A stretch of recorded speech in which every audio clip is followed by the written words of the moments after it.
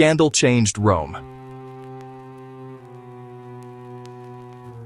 Not a rumor, not a headline. One woman's tragedy that detonated a monarchy. I'm talking about Lucretia. A noblewoman, praised for integrity, caught in the crosshairs of royal entitlement.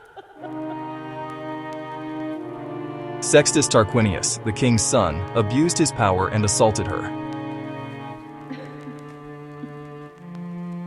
Lucretia told her family exactly what happened. Then, in a world that judged honor harsher than guilt, she took her own life.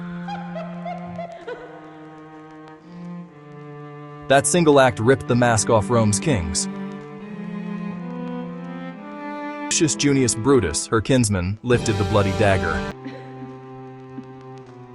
Chaos that followed, the city pushed out its royals and installed something radically different: the Republic.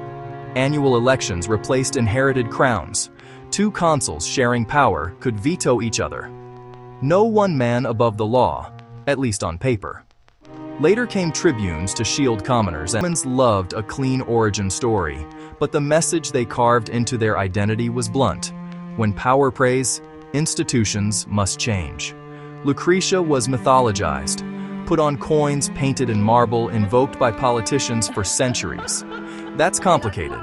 Turning a victim into a symbol can both inspire reform and flatten a human life. Still, her story became Rome's moral alarm clock. Reshaped the world when treated like mandates. Rome didn't just punish a prince, it redesigned the rules that made him possible. If you're ever wondering where reform starts, history's answer is simple, if painful, with the courage to name the harm and the will to rebuild the system that allowed it. That's Lucretia's legacy.